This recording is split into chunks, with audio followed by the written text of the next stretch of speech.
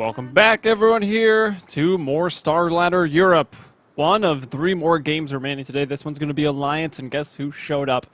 It's Admiral Bulldog, along with Ake and My Nuts. So I think officially, at least for Starladder purposes, 3 proper members. We've also got Quicks, and we've been seeing a lot of Nikwa standing in for Alliance. They're going up against the 4 anchors, who we did just see play a little while ago. 10 seconds remaining. Yep, so looking forward to this game in particular. I mean, obviously, seeing a little bit of a reunion here. Admiral Bulldog, he's kind of on pseudo-vacation as they're trying out a feeling for a new roster. Did not bring him into Dream League, as far as I recall. And, yeah, they're still trying to really find a lineup that works. It seems My Nuts and Ake are pretty core to the new Alliance roster, but the other 3 are still kind of up in the air there. Nikwa's been a frequent enough stand-in. Admiral Bulldog, obviously, a former member of the team, though still officially a member, and that'll keep it kosher for the Starladder stand-in rules. Anyways, IO is going to be the pickup here, so although no EGM, they're going to be running the IO and trying to make the most out of this. Ake actually played IO a couple of times, overshadowed by EGMs, of course, but some real potential with him to play the hero if he so wishes. And in general, they just have this crazy good team fight lineup. Like, no matter what carry you pick up here, he's going to have the Bloodlust and Overcharge attack speed enhancers. And he's going to have the good space creating and disabling controlling effects of the Brewmaster and the Tide in the team fight. So I really do think they can pretty much go with whatever the hell they want for their carry, and it's going to do a lot of work. The Slark was banned out. Could consider still like a PA or maybe a Sven. Both of them very reliant on attack speed. Alright, so really strong push for the 4 anchors just with those 2 picks right there, the Death Prophet and the Jakiro. Looking at their bans here, as we did come a little late into the draft. We needed a bit of a break. I had to eat some food in that last intermission. But there you go. Puck, Visage, Naga, Bat Rider taken out. Alliance, they'll take out that Slark first. We've been seeing a ton of Slark in a lot of these games. Alliance want none of that. They'll take out Ember Spirit too. Some very annoying, very slippery heroes out. And then now 2 dominant offlaners. Possible asterisk next to Dominant in front of Broodmother, but definitely Dominant is that Centaur, and those are the bans from Alliance, as we'll have, well, another Tide vs. Faceless Void matchup here. Actually, Tidehunter versus both Jakiro, Faceless Void, and Death Prophet again. 5 seconds remaining. So, a little bit of a difficult ban for Alliance here. What the enemy is really going to want. The Jakiro is still flexible in his role, so it could be an offlaner, could be another support, but I think it would be pretty easy for ASE. They're going to take out the Tiny, almost guaranteed, and Alliance will have to go with an alternative symbiote for the IO. But, yeah, I mean, taking their time here, it's not like they have to think about their last pick too hard, since there's only a handful of options that'll go really well with the Wisp Ogre. They banned out the Sand King here, which I think is appropriate. I mean, the Wombo combo in the Chrono is pretty dangerous, and Sky, Sand King are damn good when it comes down to the duo of roaming supports, and that would leave Faceless Void or Jakiro to flip-flop between carry or safe lane farming hero. I guess you can't call Jakiro a carry in all technicality, but he loves that safe lane farm. Or they can both go to the off lane, so a lot of versatility there. Hey, being a carry is just a mindset, right? True, it's true. Go for the CM carry. Drop the big freezing fields. Yeah. Alright, well, Skywrath, you talked about Skywrath and Sand King. I mean, that was like the support combo until people really started fully embracing the Ogre and realizing his power, and since then, we still see a ton. It's Ogre and Skywrath are basically always the supports in a game. Vengeful Spirit has been re-emerging as a very, very popular pick, also countering out some things like Chronosphere, very good against the Bat Rider, who is always phasing in and out of popularity regardless of nerfs, or, well, I don't think that hero's seen a buff in ages, but looking for 4 anchors, their last ban coming up. They've got time to think about it. Might be using some of this time here just to think about the draft, that last pick, a little bit longer. Yeah, I mean, the ones that you would be kind of scared of here, anything with a good amount of armor, because the Death Prophet obviously is going to be able to chew through. The Tiny is actually not too scary in that regard. So, I mean, there's a possibility that they'll just say, okay, well, Exorcism's really good against him, ban out the PA, the agility hero, and they do that. So, Alliance certainly have the choice of Tiny, but we have seen interesting pickups of Morphling. I think would actually be really strong here. There are 2 silences, though, so that does limit his potential to morph as defensively, but a lot of the time IO's going to would do well. bail you out. Yeah, I could see the BKB working perfectly fine too. They go for the Medusa though, and this leaves for ASC for a potential Nyx pickup. Well, I don't think they're going to go for an anti-mage here, though that is technically possible if they go Void offlane and Jakiro support. Um, yeah, the Nyx Assassin seems like it would have been a better ban instead of the Could Sand always King, do but Jakiro with a Yules into a Necro book or something like that. I mean, it's a hero that does find some farm, usually. yeah, it depends on how they want to lane it. But I think that although the Necronomicon is the go-to counter against Medusa, that one isn't really going to cut it. They need a spell Diffusal on that will the burn Void. through mana. I don't like that idea. Mask of Madness is just too good. I mean, I wouldn't go. I wouldn't go for Diffusal it Manta, first, but it's still going to be worthwhile even later on. I think. I mean, Diffusal Manta is a good build on Void in some situations, but you have difficulty breaking the base, and they're gonna go with a Phoenix no matter the case.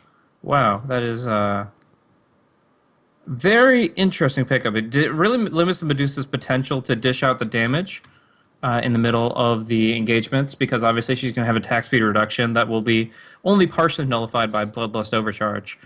And that means the Ogre and IO levels are really important. And yeah, I think that's a big aspect here, is making sure that the Chronosphere Supernova combo is put out at the right time. It's going to be Bulldog on the Phoenix. Going to be tweeting this one out, because that'll be a sight to see. But yeah, I mean, we've seen Volix do his Death Prophet, we've seen Potoma Man do his Void, but I have yet to see any member of 4ASC pick up Phoenix. I think they did in Dream League, but I didn't catch all their games. Yeah. All right. Well, Admiral Bulldog on the Medusa question. I have no idea actually what the answer is. Split shot and it hitting the egg. Does it count? If it's if it's not the main focus. You have to right click it. It Have has to to be the main right-click it. focus, and then it will split to other things. But you can't just do it because it doesn't prioritize that kind of unit.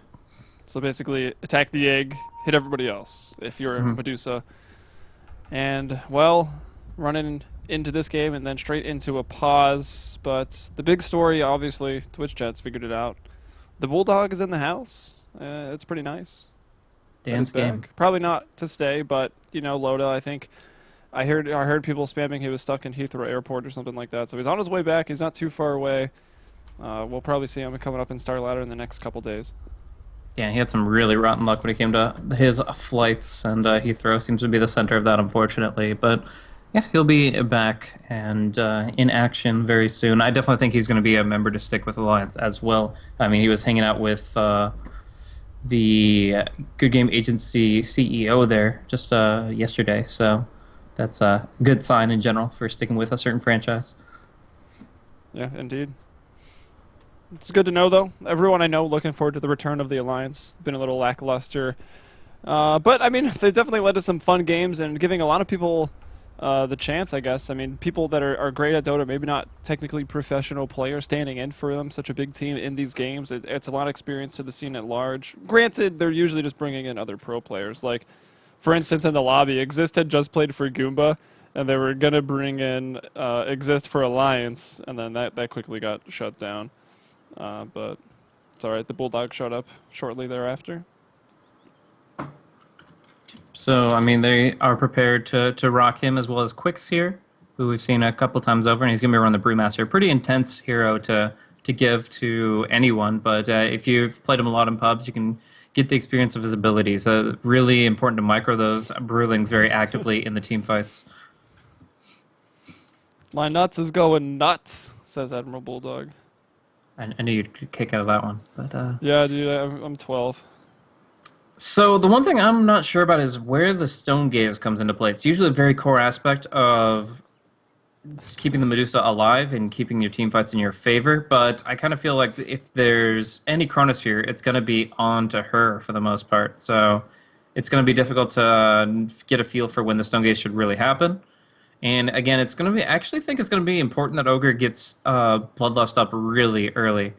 Do have a not responding error, so... Tombstones were good. Just go, says Admiral Bulldog. He as resumed and resumes paused and then it. pauses Okay. immediately. Of course. Kappa, Dan's game. Oh my gosh. None of that. Oh, now we sweet. can move the Oh, camera. no. The unlocked. No puppy paws for 4ASC anymore. It's the puppy paws for Alliance. And, yeah, they're the ones that are locked in. Can't scope out the map, and specifically their fountain. They have to, if especially if they like put their camera on the waterfall, they have to listen to that for the pause. That's so annoying. It's when you volume 0 console it up. All right, there we go. Look at the little brief look there at the beautiful paint artwork for 4 anchors, and they're on the dire side. We'll start with the introductions right now. Playing the Phoenix, the hero I'm most excited to see, especially in the hands of someone like JRX, who does excel as these sort of like just odd-feeling heroes, right? Like the Earth Spirit. There's not another hero even close to being like that, and the same thing goes for the Phoenix. So we'll see what he can do with this into the offlane. And I think I mentioned this the other day. I was really looking forward to seeing a Jakiro Phoenix duo offlane. Just the Liquid Fireball with the Icarus Dive and the Fire Spirit's burn. That's crazy. Someone is getting burned. Death Prophet, middle lane will be Valix, Skyrath, Boogie, Jakiro, that will be Trixie, and the Faceless Void here is going to be Matumba Man. Yeah, it's going to be interesting here. It's worth noting that the Phoenix does have to sacrifice a lot of HP for his abilities, so he's going to have to Tango and Sav to start, but he might even need more before he finishes up the Tranquil Boots. Boogie making his rounds. Ancient stacking is pretty important for Alliance, so they either need to block it or just scout it out. And that's probably what Boogie is doing here with this Observer Ward, because both Tide and Medusa can really take advantage of the Ancients, and he does find Nikwa, actually. That's a very interesting angle to see a Skyrath coming from. He has to tango through to get by the big old watermelon. But anyways, yeah, he doesn't place the ward just yet, and he's just going to go back to support the top lane. Medusa, it's really all eyes on her to get her farm, and for the Ogre and the Wisp to get their levels, as they do need to get those attack speed enhancers to more directly damage the Phoenix Egg. Yeah, Phoenix about to get this haste. Give him the old right click. He's going to chase JRX back to the tower. Jakiro's working on the block, which is very important for the offlane. We'll let the ranged one through, so that definitely going to get some guaranteed farm. Pretty close to the tower, actually. We'll check out the block here. Ogre stays back. It's My Nuts working on the block here for the Bulldog. Also pretty good. So maybe right here is good, but the range creep going to die first, or will it? Yeah. Yep, so the Creepibilibrium will be pushed in here. Bulldog is even using his Mystic Snake early, getting a little bit of mana. Stolen is the idea, but I think he only got it from the range creep there, not the actual heroes. So they keep on doing their thing. Pretty much no mana cost on a lot of their spells. Like the Liquid Fire is free to spam. The Phoenix Fire Spirits don't cost that much early, and they're going to have no issues keeping the harassment up, continuing to barrage My Nuts with the Fire Spirits, and that's going to keep him harassed back, even with his hefty HP regen. Well, you heard JRX earlier. He had his nuts fried. He ate them, so that's what they're doing. I think that's the strat here, frying some nuts down in the bottom lane. So Medusa going to be low on mana to start here, probably going for a Bassi early just for some nice regen, but a Magic Stick should be in the works for her. There's at least a lot of spam coming from the Skyrath when he gets involved, and Magic Stick is just an item that works twofold towards Medusa's survivability.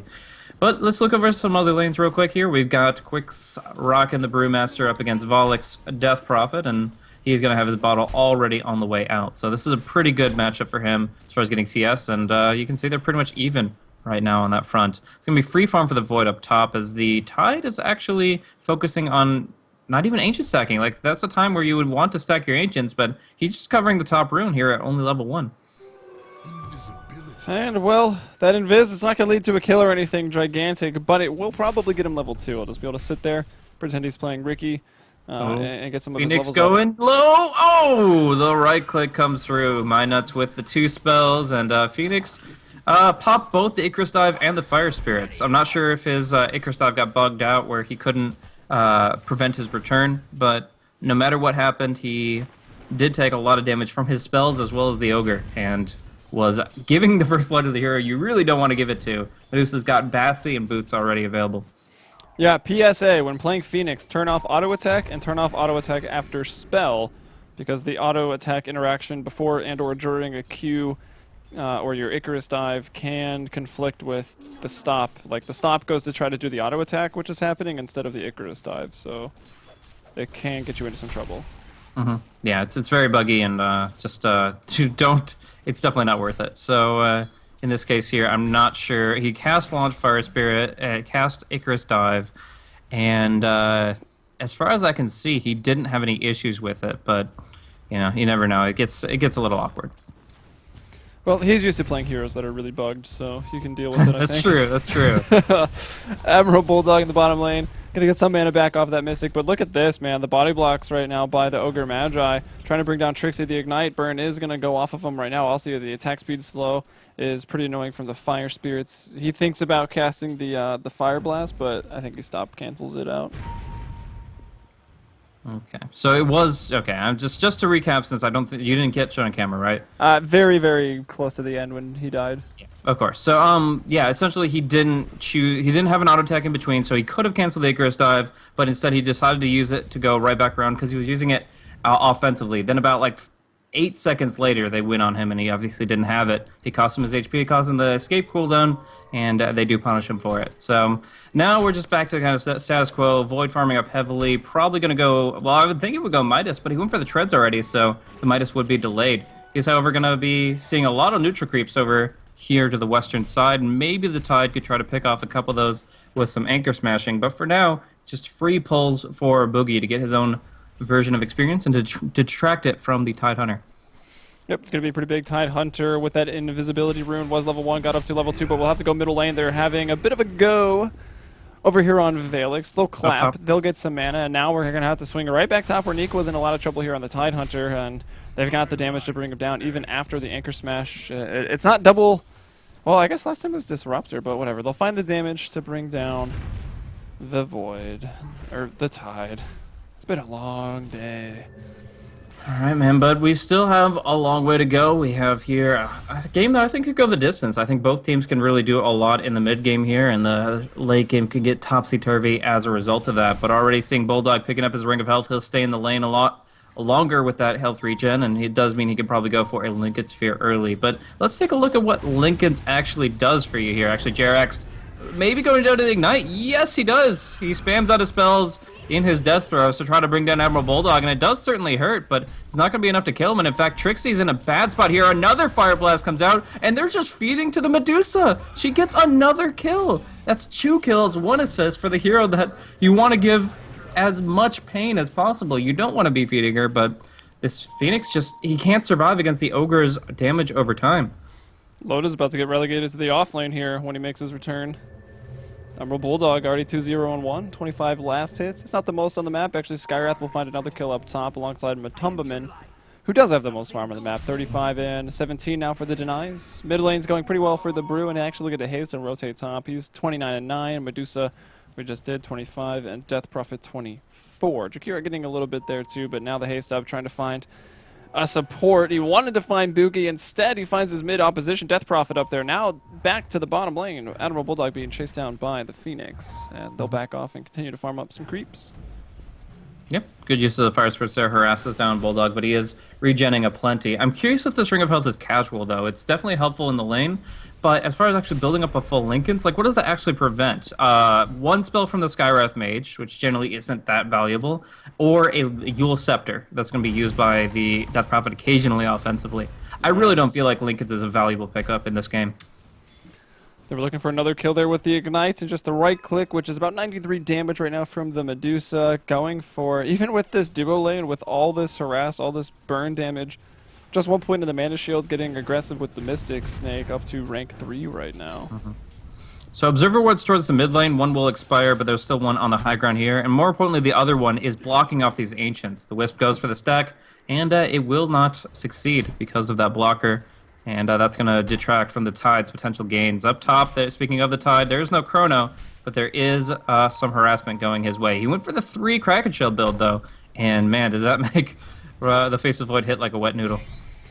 That really does, at least for now, until he gets those big items. Once again, Boogie living on the edge. He's got 2 kills, has not even died, but has been running around on the map with pretty low HP, and we'll see some pings come out now from the Ogre. My Nuts thinking about going for this. He was pinging in this sort of area, and they want to stun somebody out. They're going to look for Trixie. He's the one that doesn't have Icarus Dive. They'll throw actually the stun, though, onto the Phoenix, and going to try to burn him down. Do they have another one to work on with the Jakiro? 5 more seconds for the Fire Blast. Now Bulldog going to try to get in those right clicks. The Fire Spirit's coming in from long range of this Phoenix, and Trixie looks like he'll be okay. Alliance dealing with too many creeps attacking them to continue going with that.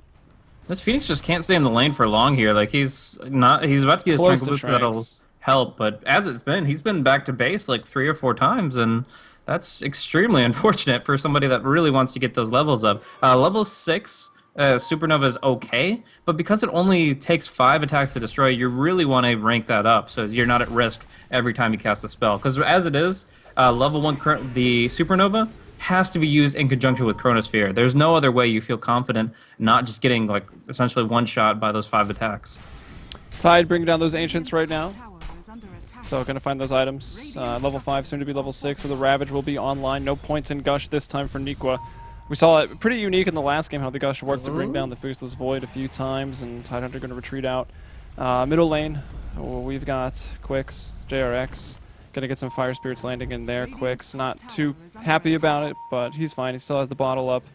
The Brewmaster with 1,500 gold on those brown boots, so the Blink Dagger isn't even that far away either. So nice steal of the last few creeps here of this stack, thanks to the Observer Ward giving them the vision for it. And also, while they were kind of playing back and forth there, Trixie moves up to a triple medium stack of non-golem creeps and goes ahead and just macropizes it. It says, okay, that's free money for me, that's money that you don't get, and I believe he's the only one to get experience for that. I don't think anybody else was in range.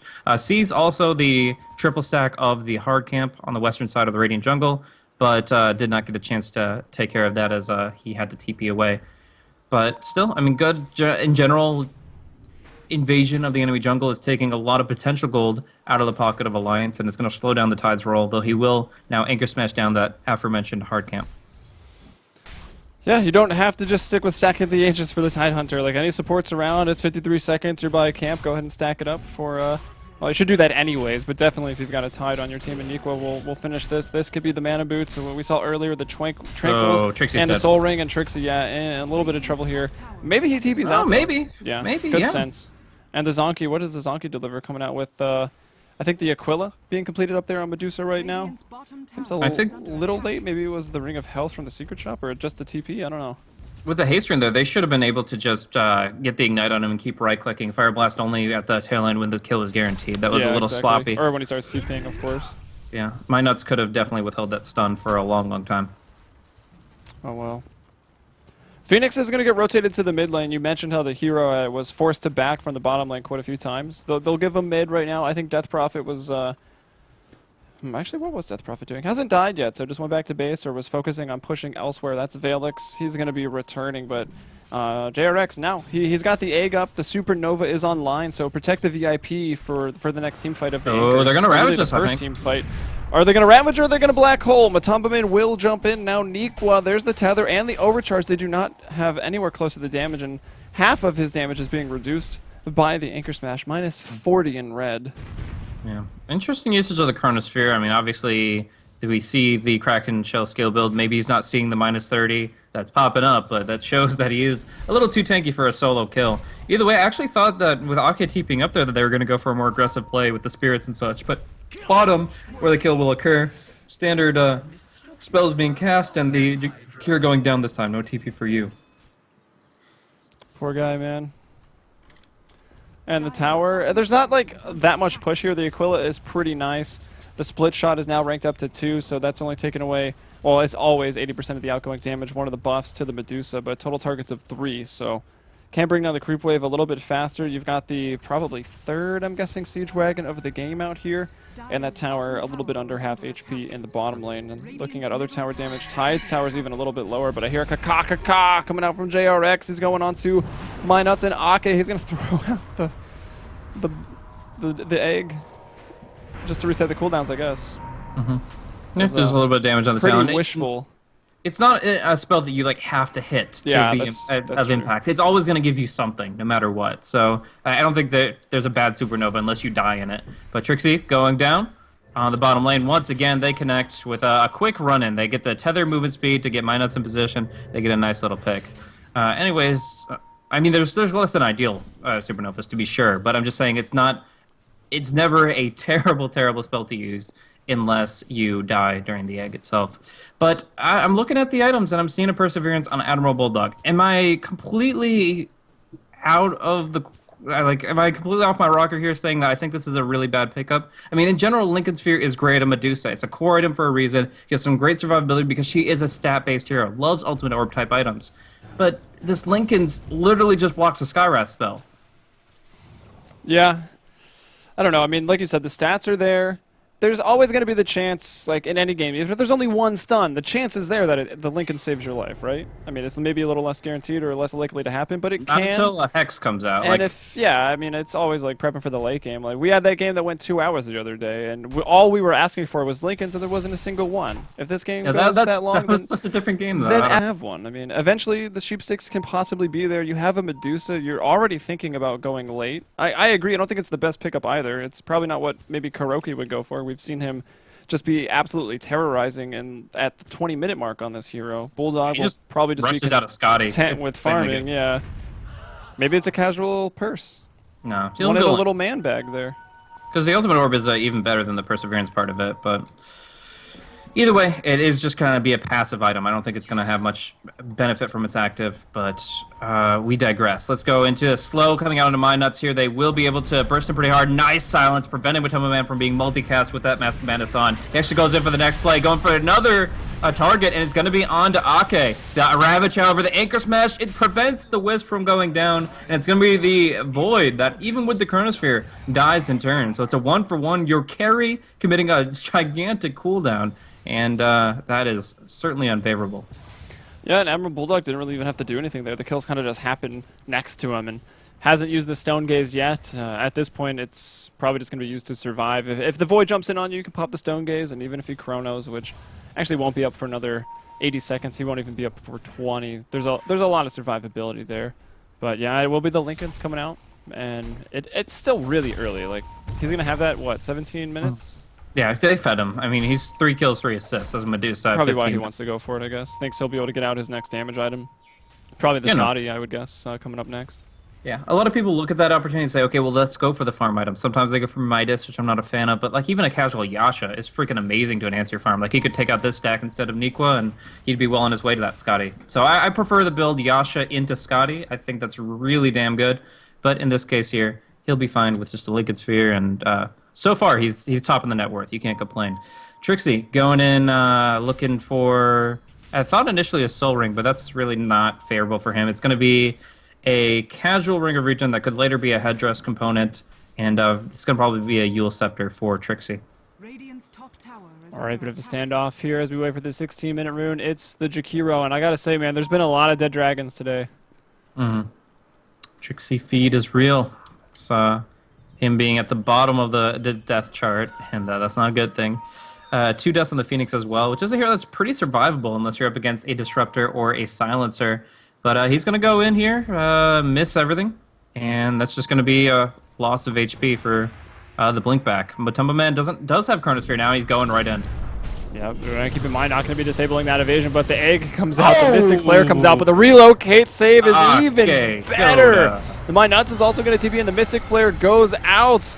Where's the Tidehunter? He's chilling up top. Doesn't have that Ravage anyways. Back to the team fight. Boogie Quick's going to jump in. He'll get that split off now. They got to Cyclone somebody. They've only killed a support, and they've invested a lot. I think the Exorcism will maybe still bring down the tower, but with what was actually such a clutch turnaround by Ake on the Wisp, living up to his former teammates EGM's Wisp plays, only bringing down the support and not getting anything out of it. It's obviously better than losing any heroes, but that was a primal split used.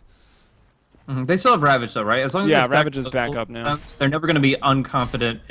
There's got to be a word that parallels that, but yeah, there's no fight that they're not going to be confident in. With Chrono and Exorcism also down, as long as they've got the Ravage. So if they committed the Ravage on top of that, and don't get anything, that's a different story. But as it stands, 95 seconds on the Brew Split and about the same amount of time on Exorcism, so I'd say it's fine. Either way, they don't get the Tier 1 tower, which, as you mentioned, could have been something they looked to go for, but they're just farming. They get the triple stack out for Admiral Bulldog, and that Liquid Sphere is already online. Yeah, so a little past, about 17 minutes and some change here. He's going to have that. Phase Aquila, too. Phase Aquila and it's not like it was a rushed Lincolns by any stretch of the imagination. Now Nico going to get involved here, jumping on to Trixie. Jakiro in some trouble. He's going to take that 4th death. Trixie, no. Yeah. Still with the most deaths. He's at 4. The next is Phoenix at 2. Void, Matumbaman's died 1. It's actually, Nico went down twice. Only heroes without deaths, that's easier. It's a shorter list. Is Brew, Death Prophet, and the Wisp here, Ake. Yeah, playing a really solid game here. That brew save was absolutely immense. Like they wanted that so bad, but pulling him out and then allowing him to even go in for the split play later, like they are working as a well-oiled machine. We do see there is a Yule Scepter, so maybe could go for a Yule's silence play to try to really gun him down. But I think it still takes 3 heroes, and even then, Ake's waiting in the wings. Yeah, he's definitely up to the challenge of keeping this Brewmaster alive, and whether you relocate, it doesn't really matter where you go, I guess. Like, imagine you save him, relocate just to the other side of the fight where he then primal splits. Oh my gosh, that would be pretty sick. We'll see if it happens. Primal split coming back up in 10 seconds here, and then we'll have to look up top where the Ice Path will catch out the Ogre Magi. He'll drop, and it's 19 minutes into the game now. 2-to-1 is the kill ratio, although not that many kills. 12 kills in the 19-minute game. Yep, so they're going to lose their tower, as well as their Ogre, Concussive Shot being an amazingly good spell. But maybe some vulnerability for Jax in the mid lane here. He's playing with fire, quite literally, but without the easy Supernova out. I hear fire and alcohol mix pretty well. Oh, gosh. Nice oh, split. the primal split. He's not going to throw it now. The boulder's going to come out. Do they have the damage here? Probably not. There is that value point in backtrack. Matumbaman will get away. They feel pressure, I think, to get something out of this primal split, because the last one, it was good. It turned something around, but it wasn't great. And now this one was completely wasted. I suppose it possibly saves Quix's life, but we know that Ake was going to be up to that challenge anyway. Like, he had already prepped the relocate before the chrono went down, and then it wasn't even thrown. Faceless Void knows he's bought his team at least, like, what, 100 seconds? Okay, what is the even cooldown? 90 seconds of free time, I guess, to farm and split up. Yep. So... Oh, I love pauses. So, man, easy pause kill. Easy pause. Duo extreme, but... Yeah, in that position, the first Brewmaster ulti being completely wasted, I'll give it... I was going to contest that thought. Yeah, it's not that big of a deal in my mind, but 2 in a row, I'll give it to you. I think that was quite unfortunate that they doubled up on the defensive play there. The ineffectual primal split as well as the relocate. It's not going to cost them the game or anything. They're still dramatically in the lead right now with the late game potential, the Medusa, and the kill advantage they have. But it is going to maybe lose them a tower if they can't contest heavily. Right now they've got the Blink Ravage, they've got the Stone Form, and I'd say that, Stone Gaze rather, the Medusa is pretty close to the fight. So if they do try to pressure mid with Exorcism, I'd say they have the tools to deal with it. But just the fact that the Void has Chrono plus Supernova threat, I think that they're still in a pretty comfortable position here. Oh my god, it's so awesome. Like, you pop the egg, you maybe landed a Fire Spirit, like, people are pretty slow, and then Void jumps in, and the damage from the egg, of course, is going to radiate whether it's in the Chrono or not. It's a really deadly combo, and something that can keep them in this game against a Medusa with a net worth of 9,500, way out front, about 2,000 ahead of Valix. That's the Death Prophet, and the Faceless Void at 6.9k. The Brewmaster just a little bit behind that, but Matumbaman finds a rune. He's going to go towards the mid lane. The Exorcism being used to pressure the tier 1. That tower, they need to glyph it. It's not the biggest deal. They could have maybe had 5 more seconds, but they'll retreat. The tower will go down without any fight from Alliance. Damn. And it's worth noting there are 3 melee heroes on the side of Alliance. Only hero right-clicks will hurt the egg. It's not going to work for the Brewlings. So what that means is that if the Phoenix goes in for a Supernova and any of the melee heroes run in, the Chrono can go literally right on top, dead center on the egg, and only Wisp or Medusa have a chance at shooting it down, which is less likely as situations may provide. But we do see the Radiant Ancients being farmed up. This did get dewarded and stacked up substantially, and Bulldog's making his way towards a very well-timed Yasha Lincolns. Yeah, the Yasha, I believe, on the courier already, right? Flying out on the Zonky. Quicks with an Ogre Club as well, so he is working towards that BKB to sort of combat either Ice Paths or the Silence coming out from either the Death Prophet or the Skywrath, which are, I mean, 2 of the best heroes to deal with the Brewmaster, but we've seen that the BKB has become very popular on Brew as this metagame has sort of developed. Yeah, very, very powerful. And it's going to allow him to be blinking in and getting the clap as well as the split offensively, and that's going to be really nice. And I think that 4 anchors are going to be in a difficult position as far as item progression defensively, because a BKB is almost imperative against Ogre Brew Tide, but then you're still going to be taking a lot of physical damage as this Medusa gets bigger and bigger. I mean, the Bloodlust is still at level 1, the Overcharge is only at level 2, but it'll get there sooner rather than later. We do see Okay, picking up the mechanism, that'll be up in 600 gold. And again, for those that don't know how Tether Heal works, it goes if the Wisp is injured by 250, the heal the mechanism, and he's tethered to somebody, that person heals 625 HP, not just the 250. Lots of heals to be had on this day. The mechanism, yeah, like you said, very, very close. About 400, 500 gold out on that one. Brewmaster, we talked about the BKB coming up, looking at Ogre. He's got a Soul Ring and not much more besides that. Already 1,600 more gold since we last checked in. Since the Yasha got delivered when he had 60 gold. They clean up, I think, some Ancients, maybe some more stacks. Just lane farm. Bulldog looking very good. He'll find JRX. Look at the right click. It is just chunking down. He'll have to Icarus dive out. And he'll be safe from that. There's maybe a bit of a wraparound here. Trixie, no, he's leaving. He's TPing out. Matumbaman was just farming up some big old Ancient stacks, so he's also not spending any time doing nothing. He's got Mask of Madness, Maelstrom, 1,500 gold. And as for the items, the Yule Scepter, and now a BKB on Valix. The Yule Scepter on Trixie can be annoying, but I don't know. I think the Yule Scepters are a little bit better at making melee core heroes kind of switch up their targeting, but for a Medusa, it doesn't matter, right? Like, no matter what she's attacking, the split shot is going to be going out and wreaking havoc. Yeah, it's more for just initiating. It's more for getting the spell combos out and to really cause somebody grief. I mean, maybe you could see something like an Atos come out of Volix so they can Yules, then silence Atos. But right now it's just going to be Silence on the Quicks who just TPs out. The Yules being a great canceling tool. So he's going to try to give him the walk away, and it looks like he will be successful. Supernova not really contributing too much other than a little bit of damage, but Matumbaman will snipe up some Ancients here. Both sides have vision of this, but neither can really address it, and he leaves one just so that even if this wasn't I mean, I think it's actually to show that to make it so that they don't realize this is warded again, because there was a very sneaky play to move the I believe Skyrath. I think it was Skyrath, yeah. Yeah, Skyrath moved around there on the back line. Nice Icarus TP on bottom, but the Skyrath moved around the backside to get that ward up, and if he had killed the lesser Thunder Lizard there, the ancient Rumble Hide, then it would be immediately apparent that that's not spawning, and they would go for the D ward earlier. But now it's not going to be until the 25 minutes at the mark that they realize this, and that's a extra stack Bulldog can't farm. Mind games. Anyways, as far as golden experience, we've got 1,000 in favor of Alliance and 2,000 experience in favor of Alliance. Not the biggest difference upon these two sides, but I think the mechanism is going to be the big pickup coming out very, very shortly for Ake, and maybe a Manta for Medusa pretty soon as well. Chrono up top, that's going to jump onto the Tide Hunter. He'll be dropped down. 6.7k is his net worth. He'll be dead for 40, and what does that give over to the enemy team? 1,400 experience, and about a net change of 800 relocate bottom for the gold. Actually, the damage done was 1337, funny enough. Elite damage being done up there onto the Tide Hunter, and Ake, no, the Ghost's proving a little bit too strong for him. Icarus dive coming in, big damage, the burn damage, the physical damage from the Spirits, Crypt Swarm connecting. Even goes for the split to live, and he cannot find it. He will be dropped down. So 3 kills all across the map right now, one of them the Wisp. So it's not like Void can get relocated on or anything upon having used the Chrono, and he's safe to push this tower.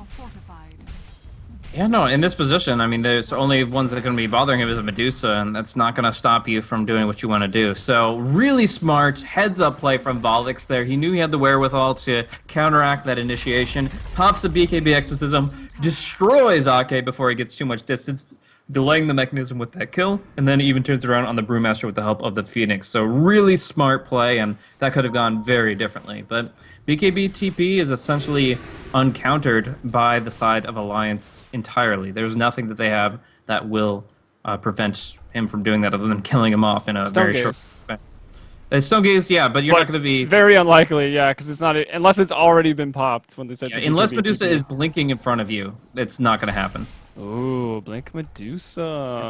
It's pretty tricky, but it's... Waiting for it. We'll see it eventually, I'm sure. I think I have seen it actually before. I'm not inventive enough to come up with that one myself. Sure you are. Just say Blink Dagger and a hero name, because... Like we discussed earlier, it's probably all been done. I'm sure every hero's bought a Blink competitively, but Scotty, the ultimate orbs are up. Admiral Bulldog with a pair of ultimate nuts. Yeah, I will say, just because the topic of conversation and the fact that we have another pause! Glorious day. That I had a random 4 a.m. dish out of random new meta strats, and one thing was a counter to Phoenix is Blink Naga Siren, even if he's your core. getting Blink on Naga, maybe after your BOTs, maybe after your Manta Style, whatever.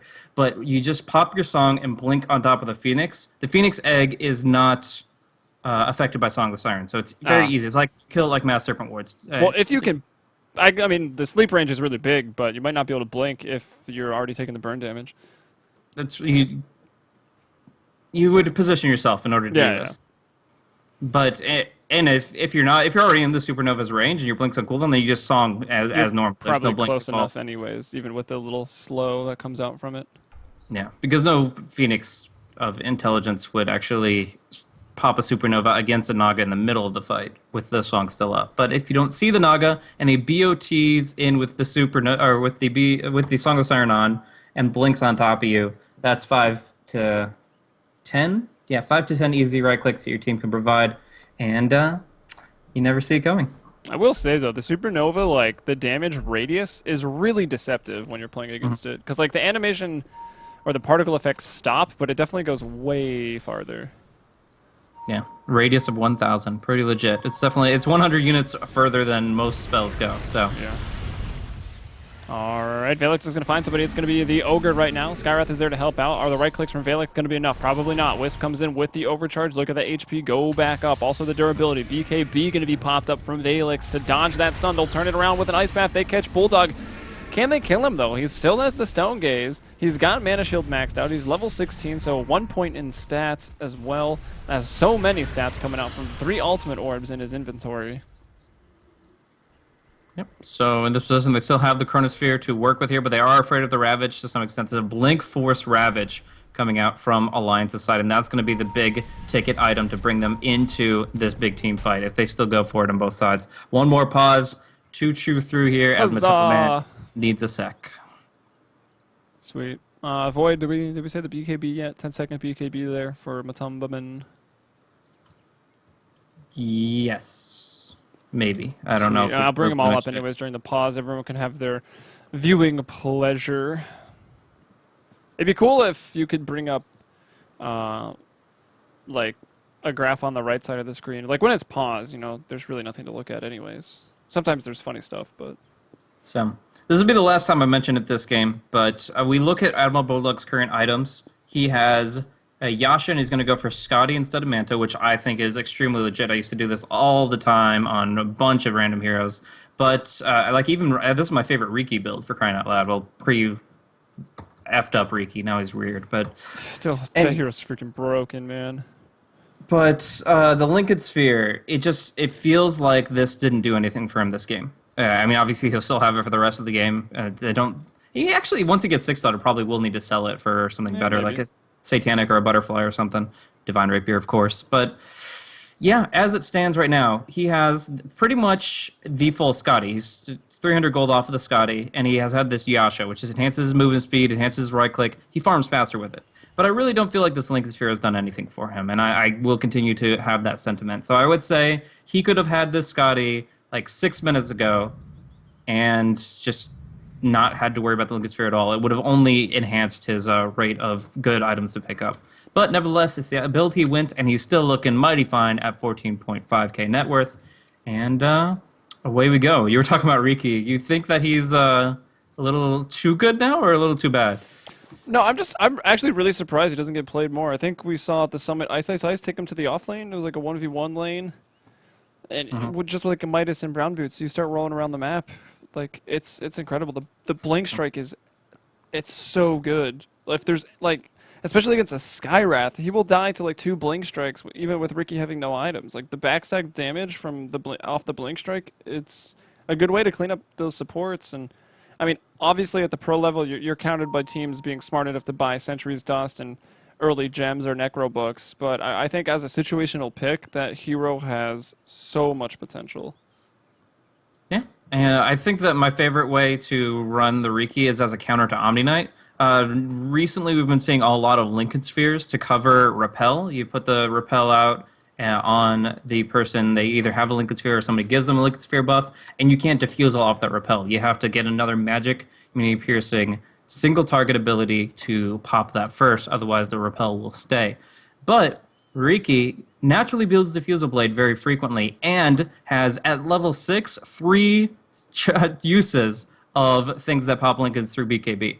So he can always blink strike whoever has the repel Lincolns and then diffusal it off, and that just breaks the game wide open for heroes that are or teams that are having difficulty dealing with Omni Knight. So I think that's my favorite way to use them. Other than that, it's kind of like the Bounty Hunter off lane where you use them as an anti-jungler and you just screw with an Enigma, or if we ever see them again, a Chen or Enchantress. Yeah, more likely for the Enchantress. I think when Ice Ice when Ice Ice Ice played it, it ended up being a 1v1 lane. So if you're confident of the laning from your opposition, you could probably work it in that way too. Yeah. Nice. Resonant Donger, no space. He is literally the champion of Dota 2 Twitch chat. I would say so. That's at least he has recently been crowned. There have been many that have cycled through. Is he the one they need or the one they deserve, though? Twitch chat doesn't deserve anything. That's a good point. Yeah. Have you guys run an ad block? No, I get it. But yeah, Golden Experience looking pretty good now for 4 anchors for the moment. They've taken a couple better fights. I think the big turning point was Volix with his play down bottom. I think that really shifted things nicely for 4 anchors.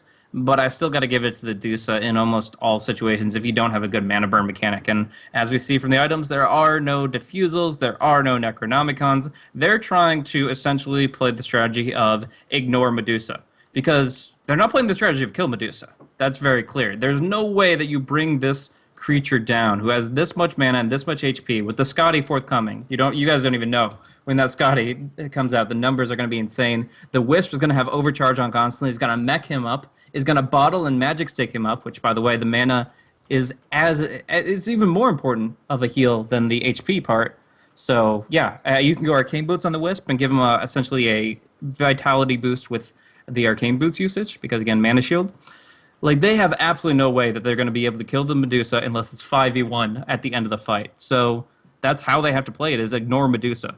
Disarm her, kite her, reduce her attack speed, but don't try to kill her because it's a waste of your time. Agree. Very, very hard to bring down the Medusa. Something that has made her so strong with the buff to the Mana Shield. What is it, 60% now? Yeah, 60% of the incoming damage exchanged for mana. It is pretty insane. As I was also drawing stuff on the minimap, but I was not drawing that. That's my nuts with a self-portrait. You got my nuts and Bulldonger right here. Rocking it's up a family portrait mini-map. of What do you nuts expect? Tic-tac-toe? and the dog. I was hoping for tic-tac-toe, yeah, I'm not going to lie. I was writing Dota. So, as far as ways to get back into the game with this draft, I don't have problems. no. I have problems. There's somebody else's internet problems. He will give the details soon, though, so we're looking forward to it. We'll be on the edge of our seats. Yeah, it's all on the Medusa, though, right? Like, essentially in this position, the Brewmaster will be able to BKB for split, and he'll get a good primal split off, but it's not going to be killing anybody by itself. We've got some decent durability up on just about everyone. The Phoenix is not building mech. He's building a third Yules. That is interesting. I think that what they're going to do is just throw the Medusa up in the air over and over and over again. I think the Lincolns will actually help in that regard, because essentially their strat right now is 3 or 4 Yules usage on the Medusa, taking her out of the fight for up to like 7.5 seconds. So BKB after Scotty, do you think? After he gets, I would say BKB as soon as you can start getting really pissed off at being. I mean, see how it works out. Like maybe I think it should be reactionary. Yeah, I would agree to that too. I mean, you already talked. You don't like the Lincolns that much. Then you buy BKB. You're like doubling down on defensive items. Lincoln, Scotty, BKB. Like that's the most passive Medusa. Yeah, possible, seriously. So. He could maybe go for a Manta and hope one of the Scepters finds an illusion. Yeah, maybe. That's a little more I would RNG. say go for at least lesser crit. Roll the dice. Say maybe they're not using the crap out of me, and then once they start using the crap out of you, then go back for the BKB. Okay, so today, coming up later on, we've got Alliance playing once more. That's not going to happen. Tinker is gone. So Tinker versus Alliance. Leons. Oh, right. Leon's replaced them. So let me fix that for later. That would probably explain some of the Tinker spam from earlier that I couldn't figure out. All right, fixed for when we go back to that screen. And then Goomba. We'll see Goomba playing again versus Virtus Pro. I really like Virtus Pro right now. God, I think, currently one of my favorite mid players. Pretty legit. Has always been impressive, even in his times on like LGD and stuff like that. He was making some cool plays, but it's hard to measure up. There's so many good mid players now that it's hard to really like put him at the top of any list because there's a very high contention for those top slots. And I guess that's kind of how competitive games work. You really want to be the very best, like no one ever was. Nice. All right, looks like some of the other casters having to reconnect even. It's about to be. Are we about to brawl? Dude, have you seen this ward? Are we about to brawl? Oh my gosh, I can't believe I've never seen this before. Pingu. There's such a ward that's right next to everyone. Right next to everyone? On Alliance, the Radiant side. That one? Freaking Monty the ward. Oh, the ward itself. I was like looking for a freaking game-changing ward location. Yeah, I had that on Showcase for like 5 minutes. Oh man, that guy is so cool. It's a good one, yeah. Dude, we should play some Monopoly in the downtime. Dude, Monopoly is awesome, but I'm saving my strats for TF5. We need, yeah, that's true. That's true. We need 4 people too, so we'd have to like bring in. Well, we have a stats guy occasionally, and then we need one more. Do some quick speed Monopoly and all the pauses from now on. That'd be sick. Freaking Monty. Got the monocle, top hat, little like whole little tree branch thing going around that goes all the way up the top hat. That's actually like weird. Like I think the implication is supposed to be that the tree branch or vine or whatever you want to call it spirals around the little monument and then goes up into his hat and then out of it. But you can clearly see that it's not the case. So. I think it's there so that the vines. green signifies the fact that he's got that paper and he's rich because he has a top hat and a monocle. Yeah, you gotta get some green in there. Yeah, but, so the green just letting us know his status in life. yeah, I don't know. The 2 vines, and then I'm looking very, very closely at the leaves at the top of the hat, and at the right angle, they're like less than a millimeter. They're completely flat. They're just visible on a 3D plane, not a 2D plane. Yeah, they're definitely not visible here. So, animator, you never thought your design would be so greatly You've been scrutinized on stream. exposed in front of 20,000 people. Although, It's still fucking legit. Joking aside, this ward is pretty awesome. And I bet it's got some pretty cute, rare animations. I think my personal favorite, I'm going to quickly look at all the wards and see if it's in the game, is the squirrel ward. Have you seen that one? The Enchantress ward, I think. It's like a heart. Yeah. And then Yeah, the squirrel definitely. runs around the little eyeball, and then it flies off when it goes Oh, I too love the fast. animations on that one. That's Yeah, sweet. that's good. That wins for me. There's Monties everywhere, dude. They are posted up. 6th player of Alliance, Monty. Well, that's why their GPM's so high. They're just racking it up with a businessman waiting, hiding out. We was talking about Faceless Void, businessman cosmetic. No, we've got Monty here taking care of business. Though I do think Elder Titan would make a good cosmetic carrier for that too. Just bringing it in the briefcase, laying down the law. Yeah, just wait for the briefcase cosmetics. 10 more years of Dota, I'm sure we'll get there. Eventually, you do have to break the immersion at some point, right? Just to make cosmetics different. Because, like, let's say we keep going 3 strong years, great cosmetics keep coming out. What do you do differently at that point? Like, how do you remain creative enough to go for something that's never been done before or isn't significantly, extremely close to something that's been done before? I mean, obviously, it'll help when we get all the heroes. Yeah, obviously, not even all the heroes have articles. item sets, but looking at a 3-year time window that you've hypothetically set up. I mean, the power curve of items like keeps going up and going up. We've seen particle effects be disallowed because Valve focusing more on getting Dota 2 into the Source 2 engine as opposed to putting particle effects. So there'll be changes there, and the changes that the Source 2 engine might even change the way that the game could potentially be monetized, right? I mean, it's all new territory in the sort of virtual economy, and I'm sure Valve has some ideas. I'm sure anyone just has ideas of how you could further monetize the game. And to a point, you could just not sell out and you could stop monetization and, go work on another game or something like that. That seems unlikely, but No, I think cosmetics is a good way to keep the economy flowing. I mean, that's obviously a core aspect to it at this point. Hats, More hats, base hats. customization, I'm sure, will come out and cost money eventually. I think effigies are good for now. Rick and I Morty think- announcer packs. Obviously.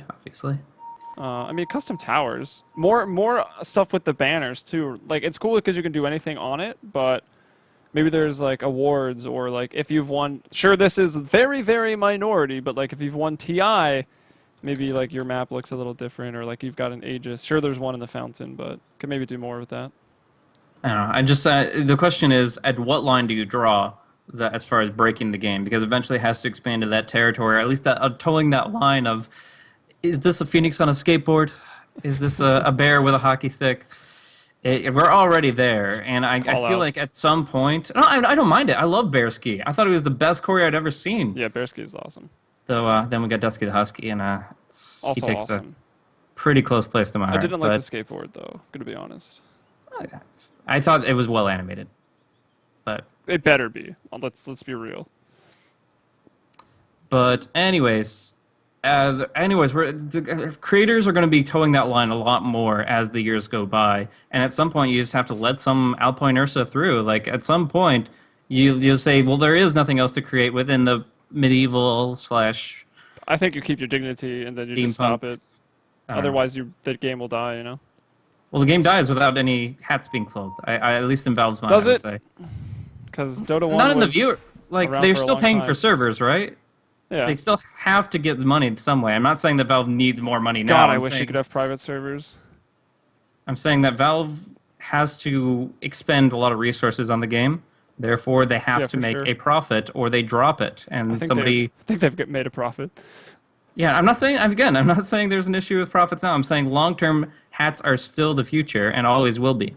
So they have to find a way to make it into the game without pissing the people that are all about the Dota 2 canon off. Yeah, that's true. I mean, you've always got other games, right? Like Counter-Strike's going to be very, very big. Like, honestly, the skins saved Counter-Strike Global Offensive. I would agree with that. Yeah. It was like not even 1 million players. The skins came out, and then you went into the DreamHack Winter, and now the game is 4 million players. I think it just hit concurrent So per month. Dota 2. Yeah, it's a game that gets paused a lot. I think that's one. Dude, look at the key graph. feature Oh, of the we've had game. almost half the game. Yeah, about half the game has been paused. It's been a doozy, but we have seen some pretty cool plays even with the minimal amount of kills in these 27 minutes, plus 27 more, and it's going to be a smoke up for the Roche. Yep. So that'll be interesting. We'll be seeing that taken down pretty quickly with the Exorcism. No negative armor needed.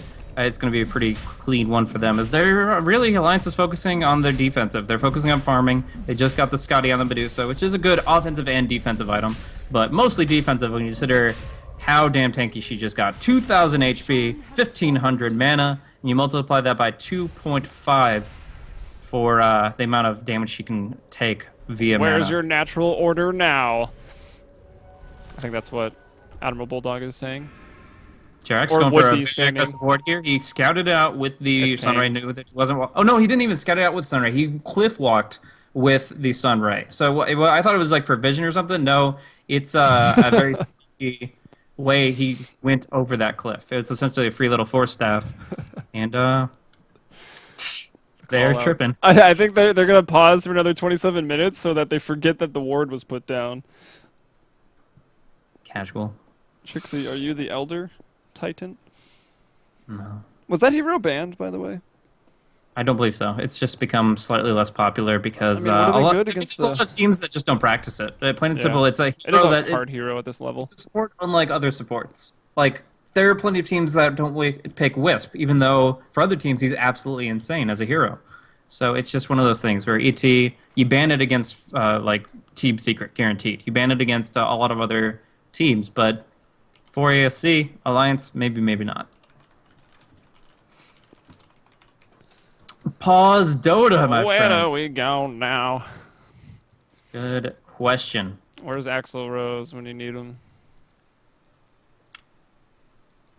Well, Where is he, Blaze? I guess we can talk about Medusa counters a little bit. Elder you don't- Titan's pretty good.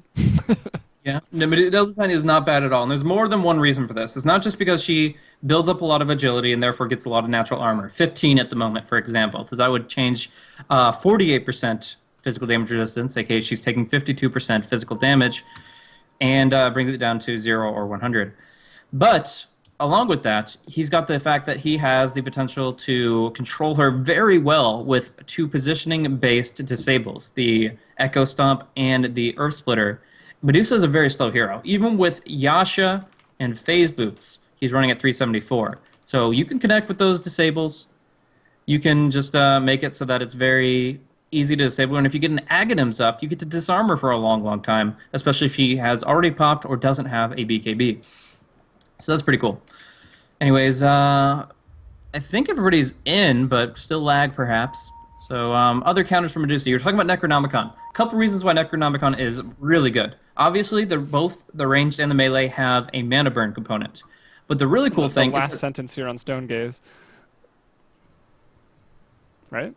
What's that? What? Doesn't Stone Gaze kill Necros like immediately? Only illusions. Oh, I thought it was summoned units. No, but the thing is, JK Split Shot is proximity based.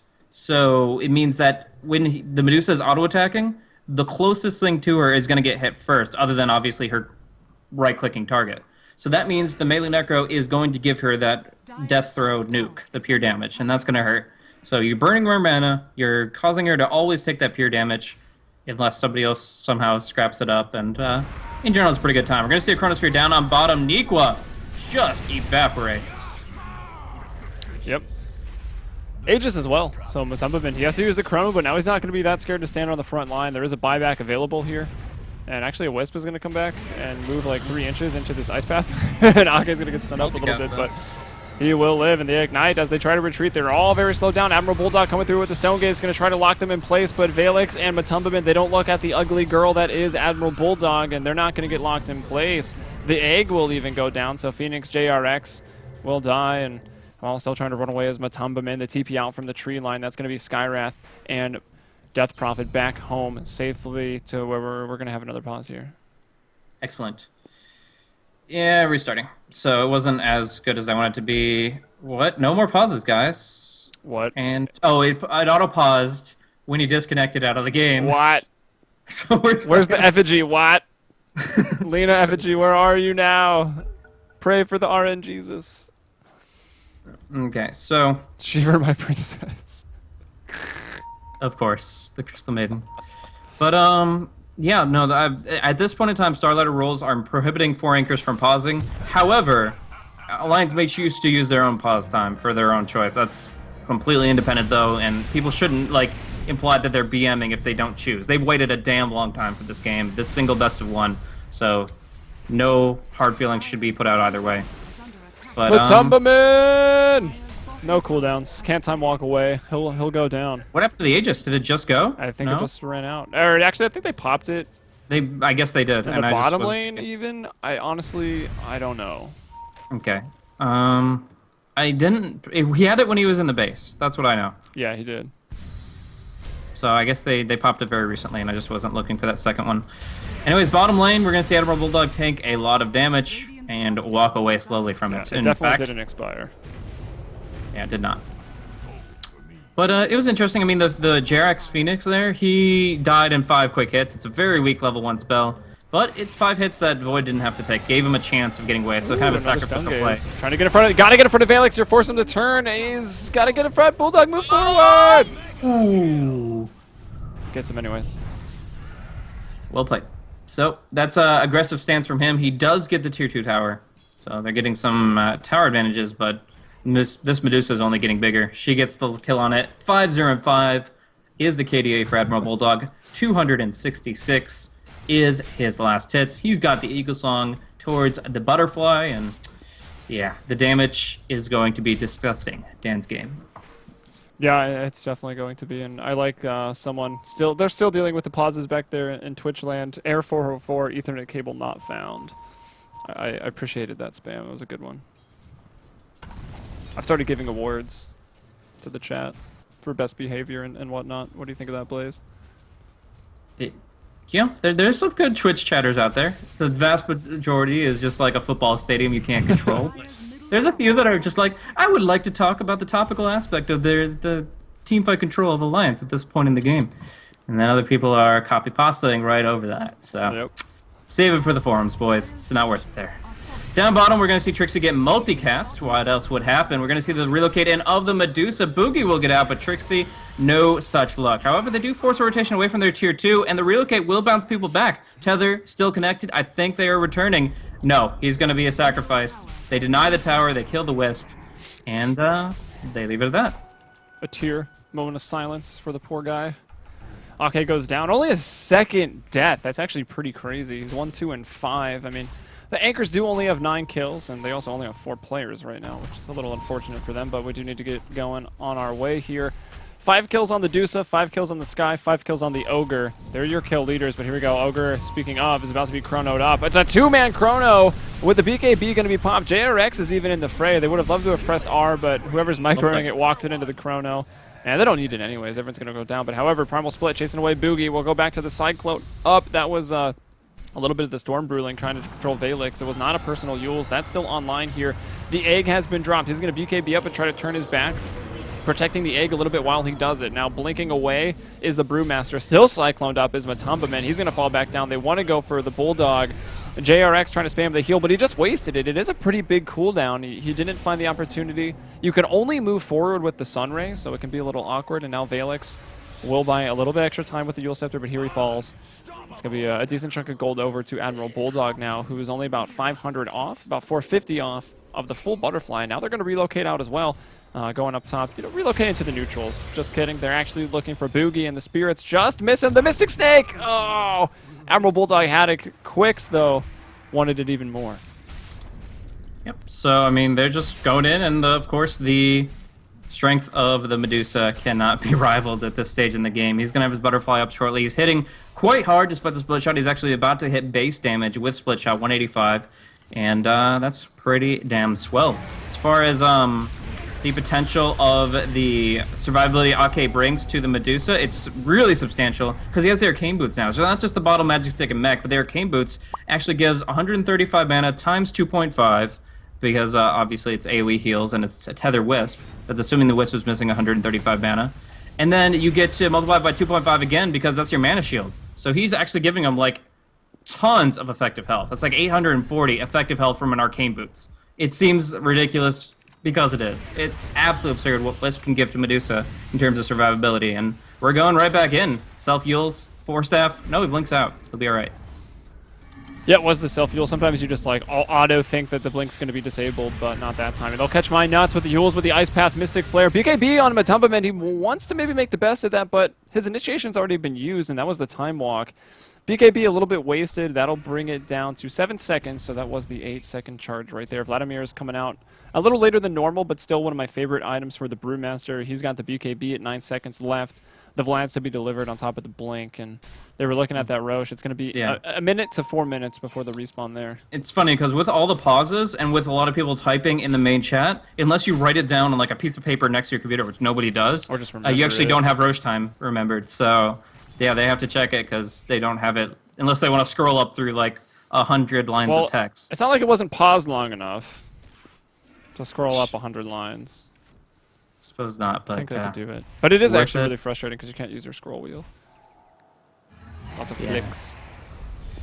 So Admiral Bulldog going to get a right click out on Trixie. That means he's going to have to 4-staff away because once one auto attack connects, many will follow. So, but he's trying to flutter and phase around, trying to make some pain happen, and it's still 4 anchors kind of running 4 versus 5.